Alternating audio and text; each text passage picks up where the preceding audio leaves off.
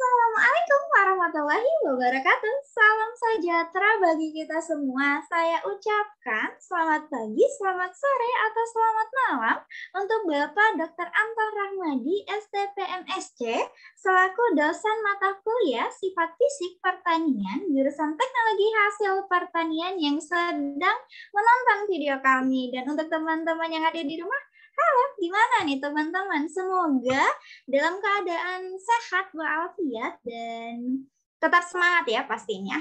Baik, selama 10 menit ke depan, kami dari kelompok 6, mata kuliah Sifat Fisik, Pertanian, jurusan Teknologi Hasil Pertanian, tahun 2020 akan mempresentasikan hasil kerja kami tentang memahami tegangan dalam balok. Sebelumnya nih, ada pepatah berkata, tak kenal maka tak sayang. Maka dari itu, izinkanlah rekan saya untuk memperkenalkan anggota dari kelompok 6. Kepada Saudara Olianova, saya persilakan. Baik, terima kasih.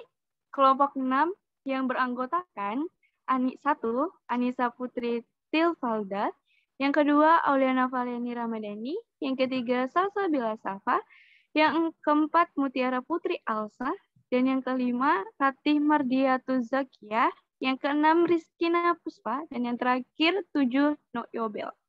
Baik, selanjutnya akan dipresentasikan oleh rekan saya, yaitu Muti. Saya persilakan.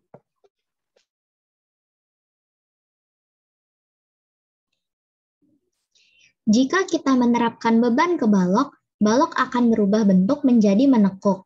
Ini menghasilkan tekanan internal yang diwakili oleh gaya geser yang bekerja dengan arah vertikal dan momen lentur. Sebelumnya, kita ketahui dulu apa sih gaya geser dan momen lentur itu. Jadi, gaya geser adalah resultan dari vertikal tegangan geser yang bertindak sejajar dengan penampang. Sedangkan momen lentur adalah resultan tegangan normal disebut lentur tegangan yang bertindak tegak lurus dengan penampang melintang.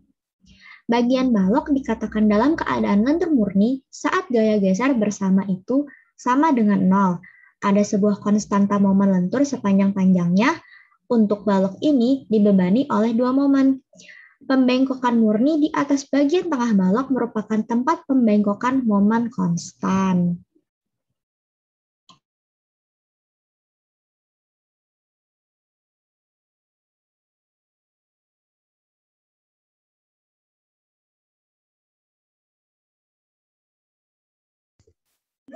Bagaimana momen tekuk konstan sepanjang-panjangnya?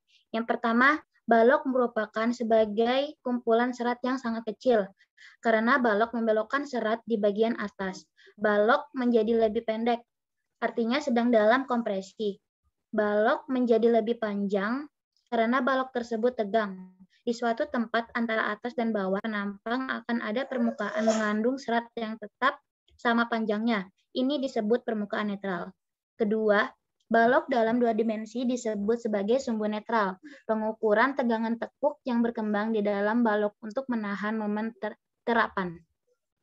Yang ketiga, regangan didefinisikan sebagai perubahan panjang dibagi dengan panjang aslinya.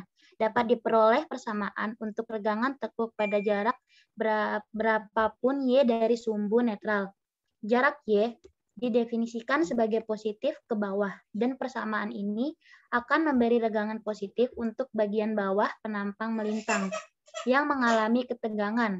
Terkadang persamaan tersebut ditulis dengan tanda minus, karena Y didefinisikan sebagai positif ke atas.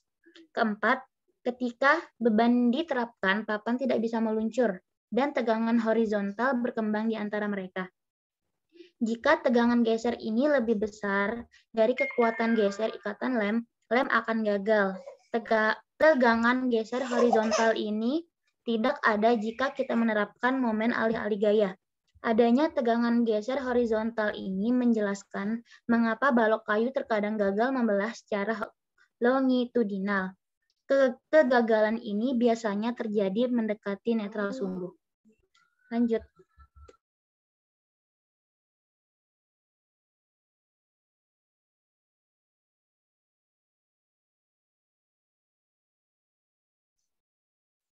Dengan menetapkan Y menjadi 0, maka yang kita dapatkan dalam persamaan ini adalah Tegangan geser maksimum dalam penampang persegi panjang sama dengan 1,5 kali geser rata-rata stres di seluruh penampang. Penurunan penampang ini membuat beberapa asumsi di antaranya. Untuk penampang persegi panjang, tinggi diasumsikan bahwa tegangan geser konstan melintasi lebar penampang. Untuk penampang melingkar, tegangan geser bekerja dengan cara tangensial secara bebas di permukaan. Namun, kita tidak bisa menggunakan persamaan ini untuk mendapatkan distribusi tegangan geser melintasi ketinggian penampang. Tetapi, masih bisa untuk memperkirakan geser tegangan pada sumbu netral. Lanjut.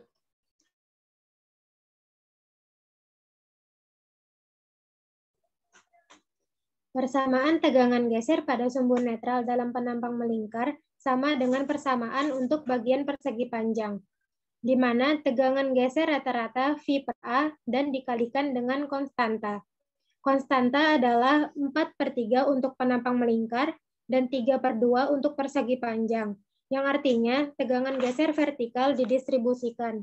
Jaringan sebagian besar membawa gaya geser dan flensa sebagian besar membawa gaya momentum lentur, sehingga tegangan geser dapat didistribusikan cukup merata di atas ketinggian web. Ini dikarenakan flensa berkontribusi secara signifikan ke momen pertama Areaki saat menghitung tekanan geser jaringan, tetapi tidak membawa banyak gaya geser vertikal. Disebabkan jaringannya tipis sehingga tegangan gesernya juga didistribusikan secara merata di lebarnya. Tekanan horizontal di kedua sisi flensa membatalkan satu sama lain, sehingga jaringan gaya geser merupakan gaya vertikal. Kita dapat mengetahui arah tekanan geser horizontal berdasarkan tekanan geser vertikal dengan membayangkan tegangan mengalir melalui penampang melintar. Saya kembalikan ke Kina. Nah, baik. Gimana nih teman-teman yang ada di rumah? Semoga apa yang kami sampaikan dapat teman-teman pahami dan cermati dengan baik. Yang tadinya belum paham, menjadi paham setelah menonton video kami. Jadi kami dari kelompok 6 pamit undur diri. Saya mewakili teman-teman kelompok 6. Wassalamualaikum warahmatullahi wabarakatuh. Sampai jumpa. Dadah.